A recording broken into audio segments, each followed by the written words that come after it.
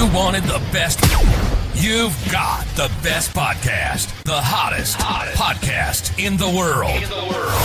The Chris Voss Show, the preeminent podcast with guests so smart you may experience serious brain bleed. The CEOs, authors, thought leaders, visionaries, and motivators.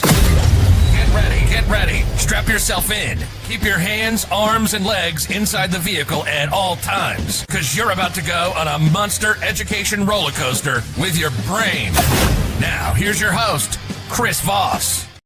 Hey folks, it's Voss here from the ChrisVossShow.com. We kind of just died off at the end there. I figured it'd be funner than doing the up thing. So there you go. Welcome to the show, my family and friends. For 16 years and 27 episodes, we've been bringing the Chris Voss Show, and I'm just about ready to lose my mind, but we have someone on the show to help us all regain what little bits of our mind we have left, at least speaking for myself, I should say. And before we get to that, we are going to guilt and shame you. And kind of twist your arm a little bit, not the hard kind of twist, just maybe a little wrist, like slap, something to remind you. Refer the show to your family, friends, and relatives. Go to goodreads.com/Chris Voss, and don't hit your relatives either. Just let me do it. Go to facebook.com, youtube.com/Chris Voss. LinkedIn, all that stuff. Today we have an amazing young man on the show, and he's more interesting than my intro was. So we're excited to have him on because I need all the help I can get after fumbling the start there. Dr. Michael Netzley joins us on the show. Michael, did I get your last name correctly? You got it perfect. Thanks, Chris. I forgot to ask. It's the end of the day. I'm clearly losing it at this point, but you'll help me get my brain back. He is an affiliated faculty and executive coach at IMD Business School. He's the founder of Extend My Runway. He works with senior leaders to apply neuroscience and behavioral science to strengthen judgment and performance under pressure. He is the creator of the Executive Brain Playbook and has worked with more than 15,000 executives across banking, aviation, healthcare, and professional services. Welcome to the show, Michael. How are you? I am fantastic. So good morning from Singapore. Great to connect and great to be here with your guests. There you go. Well, we're glad to have you all the way from Singapore. I think your arms must be tired from flying, right? Yeah. Only 9,000 miles. So very close, very close. There you go. So give us .coms, any place in the interwebs you want people to find you. Yeah. So the easiest connection is literally Extend My Runway, all one word, .com. And you'll also find me on LinkedIn as well. Those are the two primaries.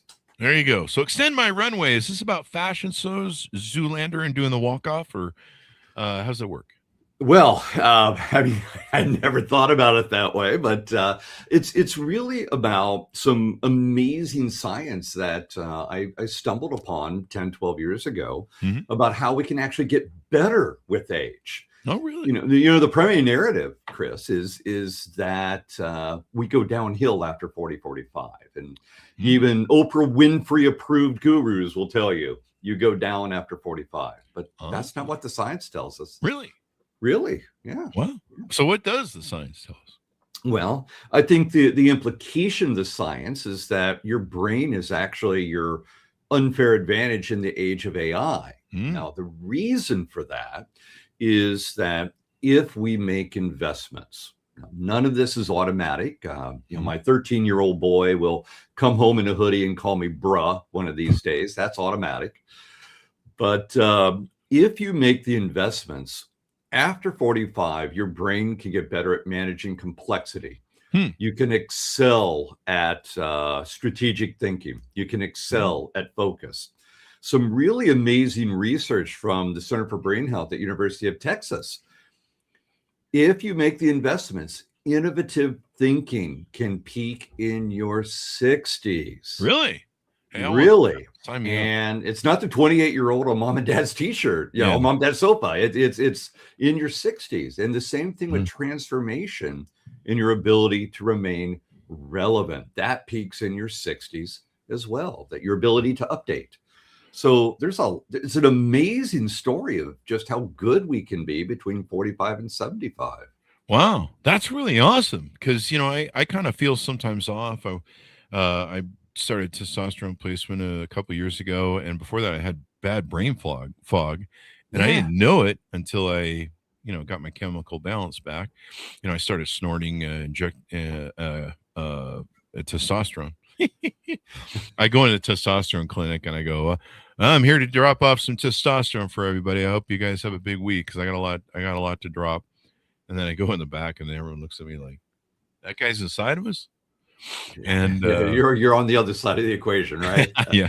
And then I come out and I go, oh man, all right, got testosterone for all you folks here. And they all look at me like, oh my God. So there's that. But no, I thought the brain kind of got a little fuzzy, a little fuzzy, foggy as you age. I mean, sometimes I kind of feel like mine's a little foggy. So, let's set brain fog aside because that really is more of a situational development. Okay. But the truth is, brain decline is inevitable. Now, something really amazing begins in, say, your late 30s and continues till 60, 65. In that your brain's in this struggle. Part of it is decline, but automatically the brain is also trying to compensate. So it will sort of reach into other parts of the brain and find some additional resources to keep you sharp. Now, here's the problem. If we don't make the investments in ourselves, if we don't take care of ourselves, the decline is stronger than the compensation. But if you do make the investments, the compensation is stronger than the decline. And that compensation extends your runway. It gives you more years where all of these additional cognitive strengths can be developed and emerge. So you got to take care of yourself. That's lesson number one. What? Yeah, I know. I can't eat 5 pizzas a day anymore. Bad news for my whiskey collection, I'll tell you. Yeah, I miss the days of being able to drink. Those are some good days. Yeah, those were the good days. They finally caught up to me where it's like I just look at alcohol and get a hangover, and so I had to finally quit. Like seriously, one beer and you'd be like, why am I hungover? I used to be able to drink half a bottle of vodka. So it's a wonder I have a working brain left. Now let me ask you this. Yes. Why is this? Why is it, we can do all the jokes like youth is wasted on the young. That's my favorite joke. And get off my lawn. I'm that Clint Eastwood character now in my old age. Get off my lawn, you maggots. And you feel lucky. I'll spray you with the hose. So we don't shoot people. We just spray them with the hose. Like I actually had people do that to me when I was a kid. Yeah. It sprays with those because they're walking on their sidewalk. Anyway, so why is it this thing? Like, why aren't young people as smart as they think they are? Well, okay. So there's 3 questions in that one. Yeah, let me take the third one first. All of these higher order forms of thinking are fueled by life experience. We don't have a whole lot of that before 40, to be blunt. We really don't. So they just don't have the fuel yet to fully develop and optimize strategic thinking, innovative thinking, managing complexity, and so on. But the really big change is, number one, we're not working ourselves to death the way our grandparents did. Physical labor is a much smaller part of the workforce. And concurrently, particularly in the West, the United States is a great example. All of these investments in healthcare, people are living 30 years longer. So our grandparents never had the opportunity on average to live long enough for this to even happen. And you and I are the first generation where this is a real thing for us. Yeah. I mean, 100 years ago, we were all actually like, I think the 50s. I mean, when they created social services, Social Security, at 65, when they created that whole thing, most of the people didn't live to 65. It was the greatest moneymaker for the government because they're like, these guys paid us, and they thought they were going to live to 65. But now the flip has happened where, we're living to like 165 and the government's like, do we have to keep paying these people? Exactly. So we've got a system that is no longer aligned with the demographic reality that we live in. Yeah. Do you think maybe we need to extend? I feel pretty great at 58. I don't know. Things can change in a moment's notice. Welcome to the world. I feel better after getting my testosterone rebalanced. That changed my life. It may save my life. But barring an unforeseen, some sort of, piano landing on my head or, getting run over by a bus, that seems to be my favorite joke on the show now. Or, cancer or some sort of horrific thing overtaking me, I feel like I could live and just keep writing, doing the show, writing books. I feel like I could keep doing intellectual stuff. I don't know, but I'm going to hold you to this. I'm going to call you when I'm 70, and if I'm dumber and I'm not. Okay. I'm going to read the riot act to you. I'm the guy you're going to call. Yeah, I'm blaming you for everything after that.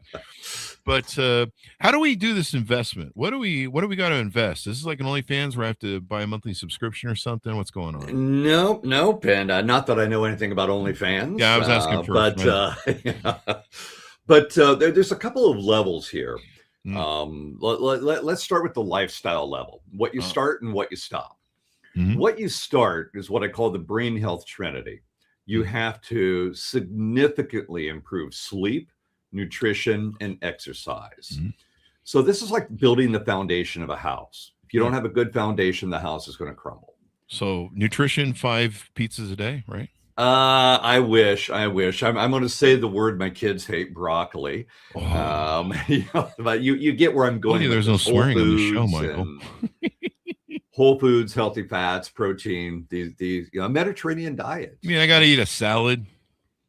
Got to eat a salad, but you're allowed to have good cheese in there. Oh, cheese is cheese, allowed. Yeah. I'm one of those people. If you give me a hunk of cheese, like a piece of Swiss cheese, like I'll eat the whole brick. Oh, exactly. I'm just compulsory like that. Yeah. If you put booze in front of me, I'll drink the whole glass. You put water in front of me, I'll drink. I have a OCD problem. So now what else? So you've got to start with the brain health trinity. That's what you do. The trinity. Here's what you don't do. Multitask, sit all day, stay alone and not interact with other people. And let me okay. Alcohol. I'm feeling attacked right now, Michael. Yeah, I know. It ruined my lifestyle. But I mean, multitasking and alcohol are just horrific for your brain. I can tell you they really are. And if you could cut your multitasking in half and cut your alcohol in half, or I just drink. What if I just cut my brain in half? I think was that a lobotomy? So that that's a different story. But there are people who've actually had that done. They are literally out there with half a brain. Yeah, but, I see people on Twitter. They're all that would be they're all on Twitter. But social media. But seriously, if you could just cut those two things in half, or as I was saying, I've become a lunch drinker, like on a Saturday with rugby games. Oh, and it just you stop doing the bad things, you start doing the good things, and you build the foundation for really great brain health. Yeah. Does gut health count into that? We talk a lot on the show about gut health and how it's your second brain, and how if your gut's inflamed, it can cause your brain to be inflamed. Exactly. And so many of the neurochemicals are produced in your gut as well. So gut health is a huge part of it. And one of the scientific things that's changed is we are no longer going, well, your brain is your brain, your heart is your heart, your nerves are your nerves, your gut is your gut. We now realize how intimately all these things are connected, and it really is a whole body issue. It's pretty intimate. I've seen myself naked. Yeah, that's all. Okay. That's all. I wasn't going there. I wasn't going there. But yeah. Right now, people are dry heaving. They listen to the show. Yeah, no comment. No comment. So eating right, eating healthy, I guess should be better than right. Getting rid of the booze. I quit drinking in 2020. I had a lot of fun for 20 years, but like I said, it just got to the point where 2 hours of fun on a Friday night equal 3 days of dehydration, bloating, water gain, water loss. Like the second or third day, I'm peeing like a horse because I put on all this water to offset the hangover hydration or dehydration. And then you're like, I feel like I'm wearing like 5 pounds. And then, 2 or 3 days later, all goes, and you feel like you got a headache. And then my energy. And finally, I just went, hey, man, 2 hours of fun. This isn't worth it. It's not and then fun I discovered anymore. edibles. Yeah. Okay. Now, so in Singapore, we don't have that, but yeah, it's look into that. The body changes in amazing ways. And, Yeah. At 28, we could have gone out and had a great night with our friends and survived at work the next day, where now at my late 50s, it's a 2-day hangover and recovery. Yeah. If I have chicken late, I probably have a hangover. No, I'm just kidding. So diet's important. You got to take care of your health. You got to take care of your gut health. What are some other ways we need to invest that you hit on? So let's say you got the foundation built. What comes next is brain training. So in the same way we go to the gym and do curls to strengthen our biceps, which, and let's be blunt, that really isn't exciting, to be blunt. We've got to do the same thing for our brain. So there are patterns of thinking for innovation. There are patterns of thinking for transformational thinking. There are mindsets around managing complexity. You've got to practice using them the same way you go to the gym and build up your muscles. And as an adult, if you do not make these two investments, the brain health followed by the brain training, it is unlikely that these great capabilities that can emerge later in life, it's very unlikely it happens for you if you do not make these investments. Oh, there you go. Yeah. Now with is video games a great way to help with this? I love strategy games. I've always loved strategy games. And for me, being an entrepreneur, that's all it is, a giant strategy game. And life, really. Except when you lose, it's kind of, you lost, you don't get to start over. But are video games helpful in this format, or do we need to do chess or read books? What are some of the ways that we can make this investment? So, video games is an interesting question, and we're seeing more and more research on that. People are taking actual strategy games, for example, and using them in their research and seeing positive results. There's a researcher in San Francisco, actually, I think, whose entire brain health and brain treatment protocol is built around video games, but he built his own for it. So things that challenge your thinking in new and different and in a positive way, stress or stretch your brain, these are good. Now, here's the bad news. All of these brain training apps that you see on your phone, 99% of them do not work. Here's what that means. You'll get better at that one game, but you won't be better at work. You won't be better with your family. You won't be better when you're online gaming. It's only for that game. So there's a group out of California called Posit Science, and they do have an app called Brain HQ. Now, this is not an advertisement. This is the only one that I know of that if you were to add that app to your phone, will give you those measurable brain gains, and those results are transferable to other contexts of life so that you are actually better. Now, what's the name of this app? It's called Brain HQ. Now, a couple of people are trying to steal that. I found them online. So it's by Posit Science, Posit. Brain HQ. There you go. Yeah, by Posit Science. Oh, this one works. There you go. I got it.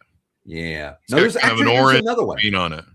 Yeah. I've got a freebie for you as well, if you like. Sure. Yeah. Center for Brain Health, University of Texas at Dallas. Okay. They've got something called the Brain Health Project. Now, is this online or is it an app? This is online. Okay. So no electrodes on your head or anything like that. Damn it. You can sign up for free.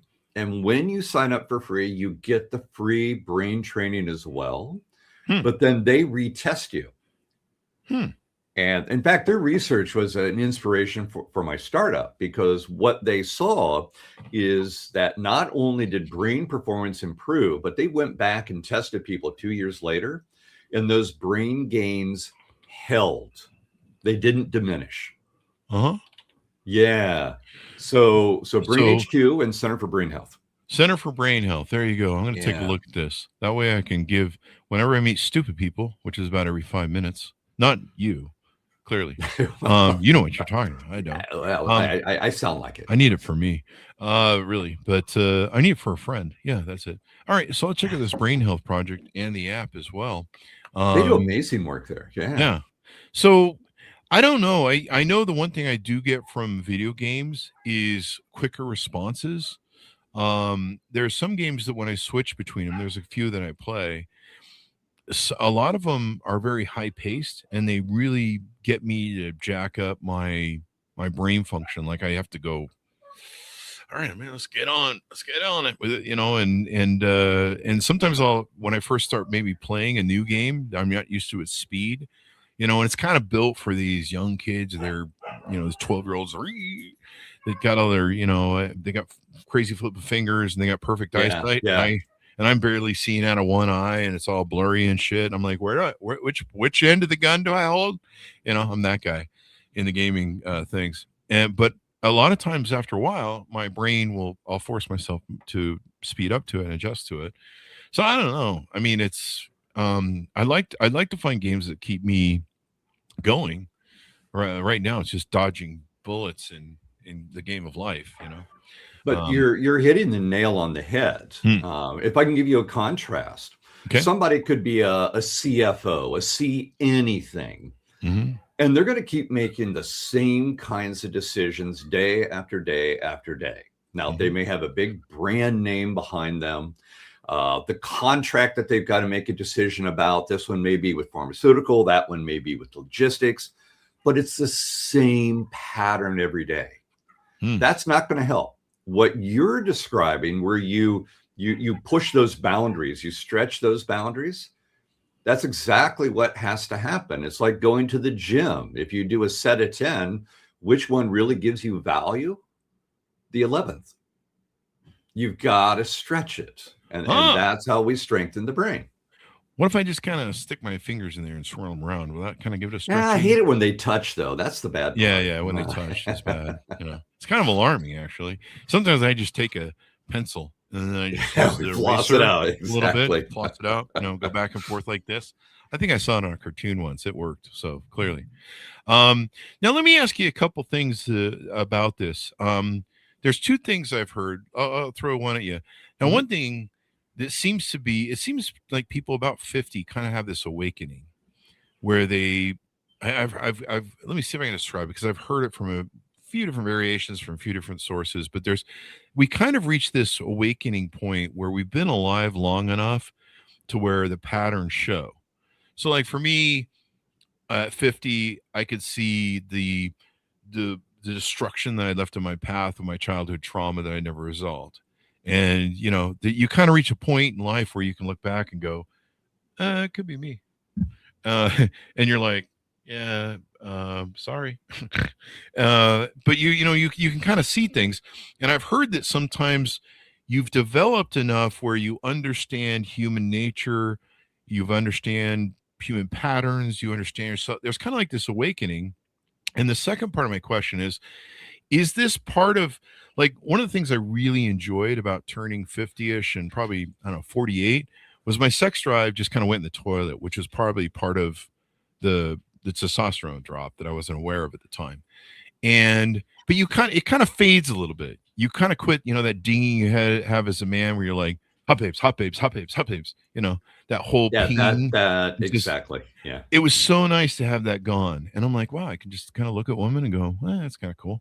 You're not, and I really love that. And then I got testosterone replacement. That screwed up everything. In fact, my ADHD came back too.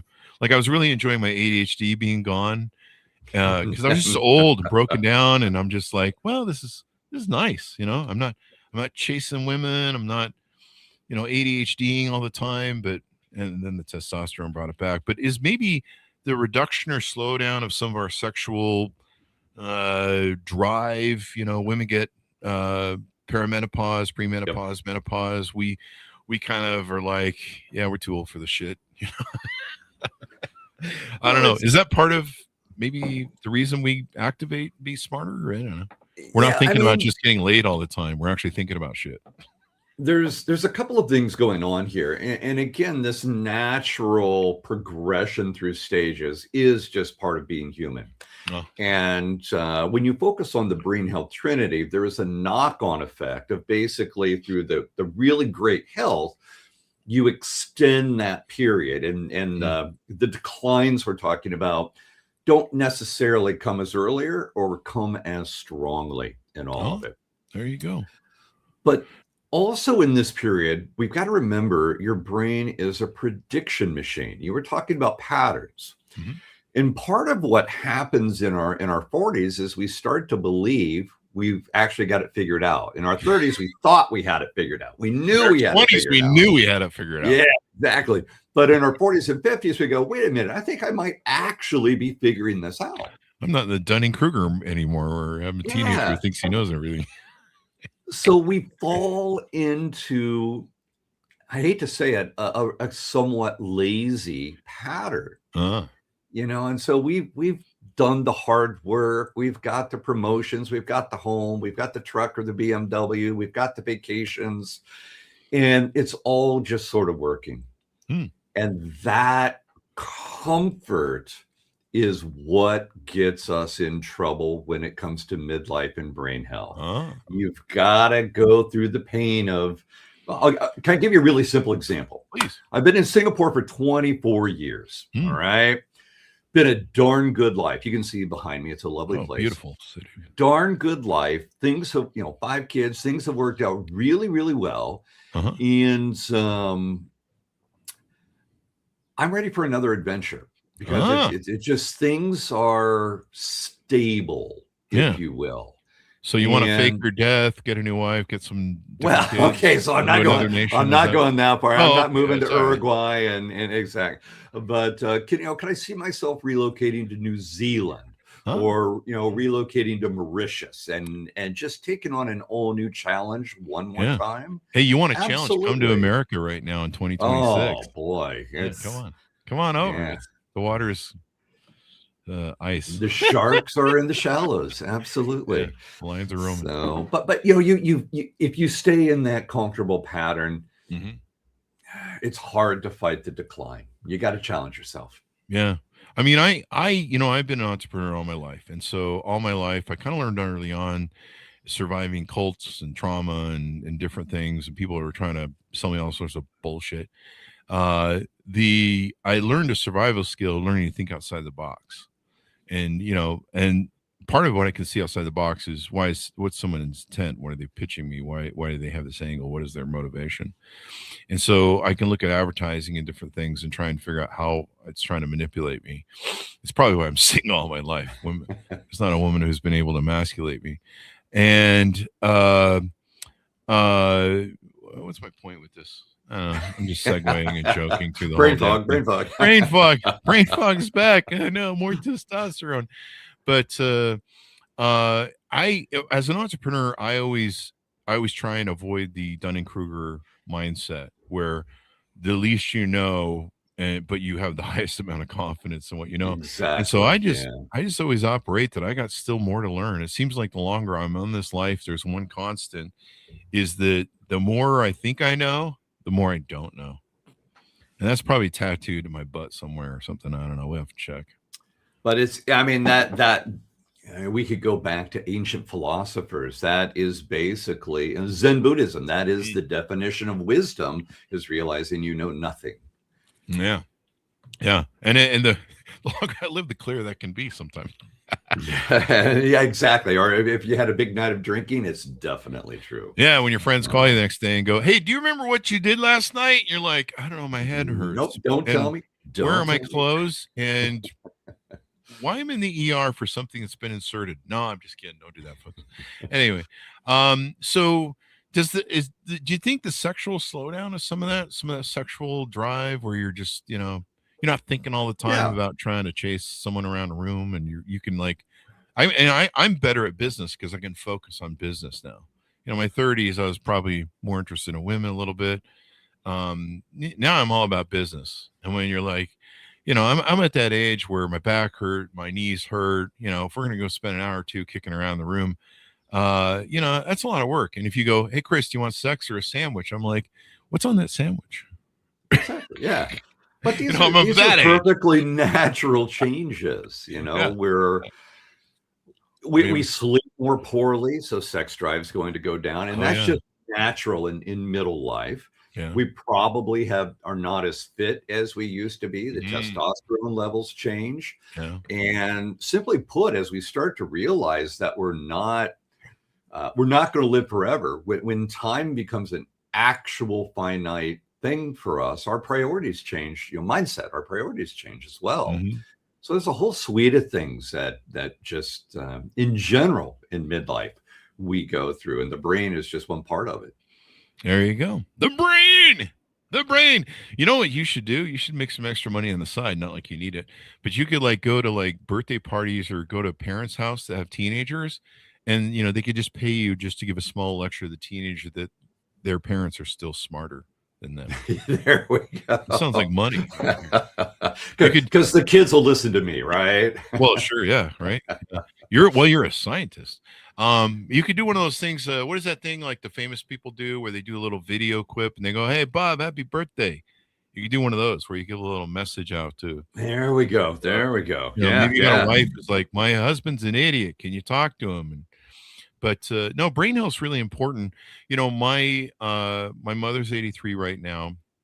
I want her to stay around as long as she can, and be aware as long as she can. Because why not? I mean, it's my sister's in dementia and she has MS. She's been in care centers for like 10, 20 years. And so I'm watching what that dementia does, and I'm looking at my mom going, I don't want that to happen to her, and I'm sure she doesn't want it to happen to me with dementia, because it can happen to anybody. But age, you get older and you're like, But I'm hoping my brain will get better as I get older, and I seem to get better. Like right now, I have all sorts of tips and tricks for ADHD, and I try and manage it as best as possible. But it is the CEO's disease, and we innovate like MFers. Yeah. So I'm hoping that what you're saying will occur with me in spite of all my drinking and food I ate over 20 years. But yeah, I mean, I want my brain to keep working and my mouth to keep working, so I keep doing this podcast when I'm 100 years old. It's frightening to think that we live 30 years longer. Do you want to lose your mind and have a body that's healthy and functioning for another 15, 20 years? No. I mean, it's the memories that I have, and I have a lot of photos of my life, but even then, I come from a part of life where we didn't take a lot of photos up until like 30s, 40s, and the cameras weren't that good back then. And stuff comes to me, and I'll be like, oh yeah, I remember that. Oh yeah, I remember doing that with my dogs. Oh yeah, I remember doing that with a friend. And I'm just like, wow, I lived some pretty interesting times in my life.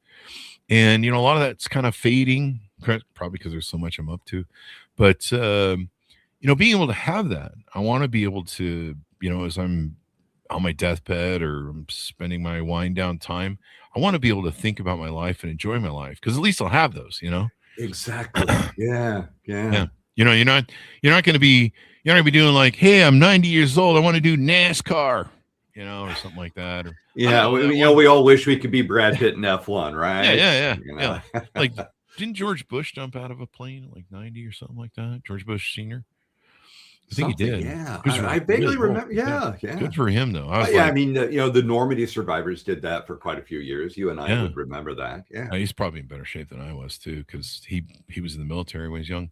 I tell that to a lot of young people. I'm like, lay a good foundation, go to the gym, work out, eat healthy, lay a foundation now. Don't I spent the last 10 years trying to play catch up, lose 100 pounds, eat less ketchup, and it's got a lot of sugar in it. Take care of my brain, because I want it to work. I don't want to be, I think that would be hell. And I see what my sister goes through. And I think it would be hell if you lose your brain, but you're still there. Because it's really hard to watch too. It's really hard to experience. Incredibly. I've had two family members. Yeah. And so for me, taking care of my brain and My mom does different things to try and help her brain, reading, and she plays games, and she does stuff to try and keep her from that. But you always wonder, you're like, am I doing the right thing for this brain, eh? So Well, I'm glad you've established this. It's important. 40 to 50% of dementia cases are preventable.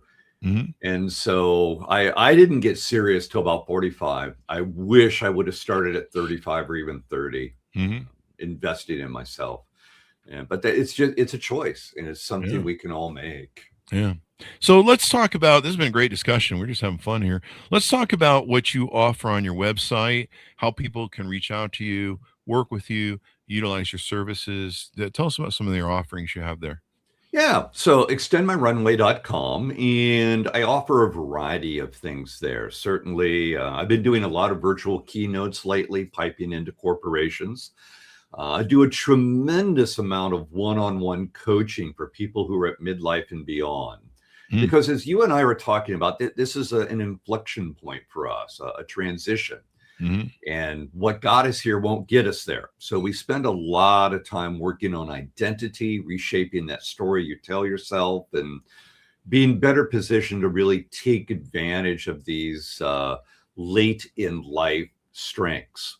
But to be honest, the core and what has always been my bread and butter is executive development programs. So a lot of these are again delivered virtually. But if you're in Southeast Asia on this side of the world, happy to do them in person as well. But bottom line, what I do is I help people change in a way that allows them to thrive after 45. It is that simple. There you go. Well, I'm going to just use all your stuff. And anytime anybody challenges that I'm thinking stupid stuff, which is, daily, I'm just going to say, hey, man, I talked to the doc and he says, I'm smart after 45. There you are. And I'll be smarter by 70. So we got a runway. We got a runway. Exactly. As long as no one hits me over the head or I don't run into something. So that's possible too, as well. But I'm not drinking anymore, so I tend not to run into anything. See what I did there? Anyway, people are like, why are you explaining that? Anyway, so they can reach out to you. They can consult with you. They can get on your website. They can find out more and all that good stuff. Anything more we need to know about some of the things you offer there?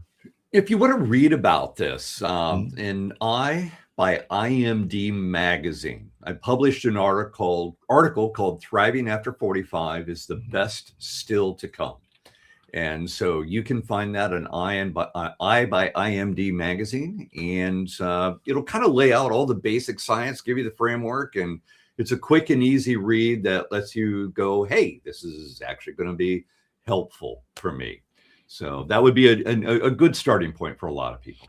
There you go. IMD Business School, Thriving After 45 is the best still yet to come. I think I get better with age. I think I struggle a lot with I goofed off a lot in life because I didn't have a wife and kids, and I did a lot of fun adventures instead by design. And I was kind of like, you guys all got that wife and kids thing going on, and that's great. And I think, at the time I lived in Utah, so they have like one more child per family than the rest of the nation, or sometimes 10 more. And I was just like, I think you guys got me covered here. So I don't need to contribute. And I like sleep too much. I like sleep a lot, actually. And I'm not into that baby thing. I mean, it's great for other people. It's not for me. And so, I did a lot of adventures in life. And I don't know, hopefully that will help my longevity. I don't know, but I don't remember why I got on this segue, and I'm halfway down the point. So are you sure the brain gets better? But hopefully you hit the genetic lottery and it all pays off for you. That's the goal here. Was the brain gets better after 45 minutes or age 45? Because I'm 45 minutes in and I'm losing my segues. Well, there you go. It's good. There you go. I'm going to read the article. Thriving After 5 is the best still yet to come. Oh, what I was going to say was, I kind of lived a life that, if you want to call me Peter Pan, go ahead, right? Go ahead, because I had fun. Peter Pan. And Peter Pan syndrome. But so I didn't really kind of grow up too much. I mean, I've owned companies all my life, but I had a lot of fun. But now I feel like at my age, I turned 58 here next week. 4 days. Um, Jesus. Oh, And my I God. feel like I'm hitting on all cylinders like I've never hit before. Bingo. I feel a little bit lighter on energy sometimes. That's what coffee and Red Bulls are for. So, how many Red Bulls do I need to drink to make this 45 better brain I work? wouldn't go What do you down the think? Red Bull route, but Per day? I agree with what you were saying. It's my run time, my per mile timing Yeah. may be slower, but I'm doing the best work of my life. Yeah. Plus, Yeah. I'm not as distracted. I can be Yeah. focused even with the ADHD coming back. I'm not chasing girls around. I'm not chasing, I'm not doing stupid things. I'm still, my podcast probably is the greatest thing that helps my brain. Yeah, that's probably a good question for you. Hey, does having a podcast, have all these brilliant authors like yourself and writers and people that are smart on the show, does that help improve my brain at all? Is that 100%. Your okay? brain is hardwired for social connection. You're doing the right thing. Let me ask you about that, because we're really having trouble with social connection in this world, especially after COVID. Yeah. And people are isolating themselves pretty badly. I run a big dating 5,000 member group, and we can't get more than 100 out of them at any given time to show up at an event in person to person, because after COVID, they're like scared of each other. And they're like, well, there's strangers there. And I'm like, there's strangers at Smith's, the store, and your grocery store, and the 7-Eleven. You go get gas. You're surrounded by strangers at all times. Some of you are married to a perfect stranger, probably. We found that out during COVID. So isolation hurts the brain, maybe? 100%. 100%. Wow. Join a community group, join a running club, join a cycling club, or as Scott Galloway says, go to a bar and talk to a stranger. Yeah. You got to do it, and your brain will reward you for that. Yeah. I love it. We do 3 shows a day, Monday through Thursday, 48 shows a month in the podcast. I love talking to people. I love the interest. I love learning about them. I'm sick of me. That's part of the problem at 58. I'm just like sick of me and my shit, my stupid stories. Probably so is the audience. He's going to tell a story. No more mirrors in the house. No more mirrors in the house. Yeah. But having people on, and I meet a new person 3 times a day that I've never met before. By the end, I usually have a good friend. And I've learned a lot from them, their stories, their journeys, and I love collecting them. And sometimes I go tell people, hey, you can't, this story I got off a podcast is amazing. I'm a storyteller too. I'm a griot. I collect stories. That's like my thing. So I don't know. Hopefully that will make me smarter. You're doing the right thing. Cool. Keep it up. Cool. Keep it up. All right, I'll go back to drinking then. All right, so final thoughts as we go out, or final pitch out on people, how they can onboard with you, learn more, and all that good stuff.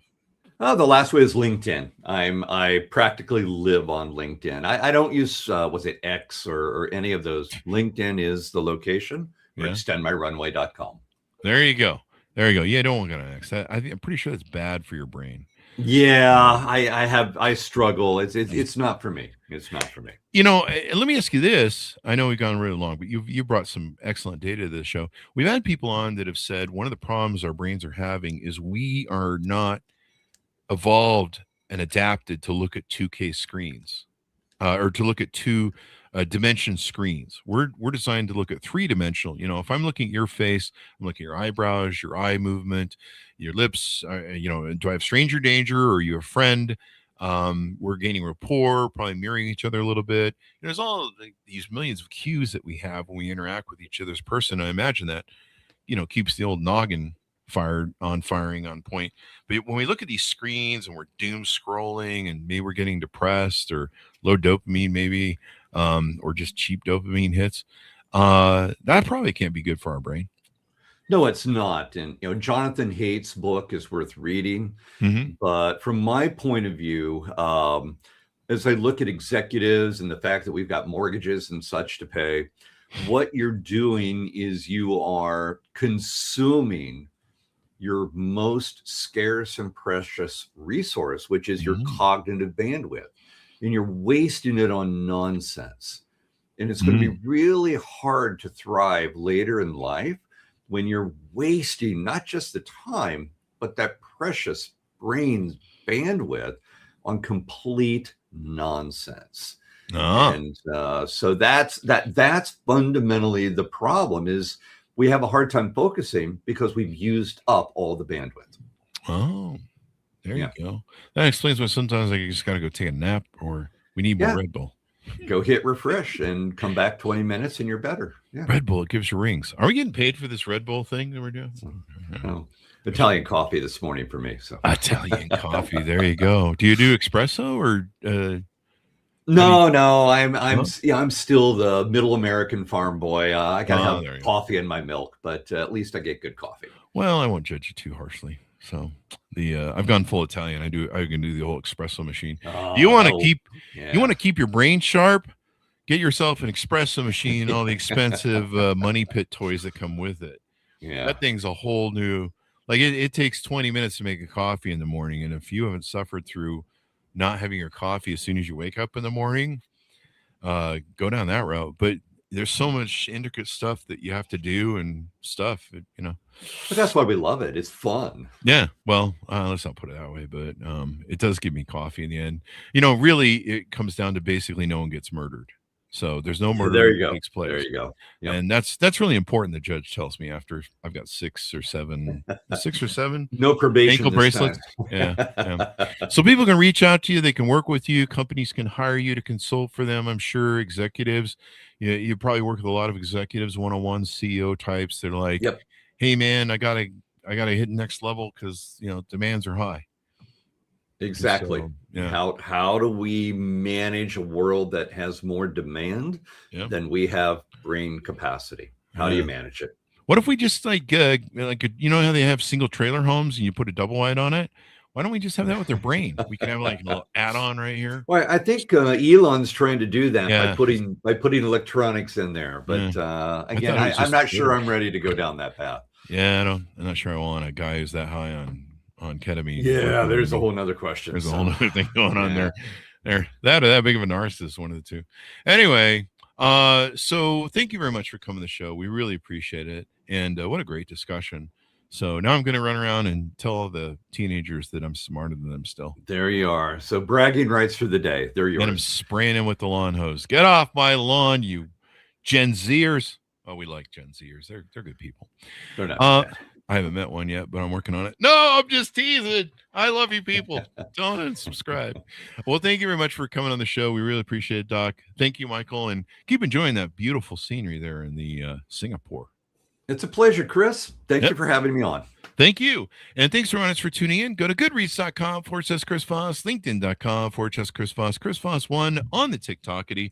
All is a crazy place in it. Be good to each other. Stay safe. We'll see you next time. You've been listening to the most amazing, intelligent podcast ever made to improve your brain and your life. Warning, consuming too much of the Chris Voss Show podcast can lead to people thinking you're smarter, younger, and irresistible sexy. Consume in regularly moderated amounts. Consult a doctor for any resulting brain bleed.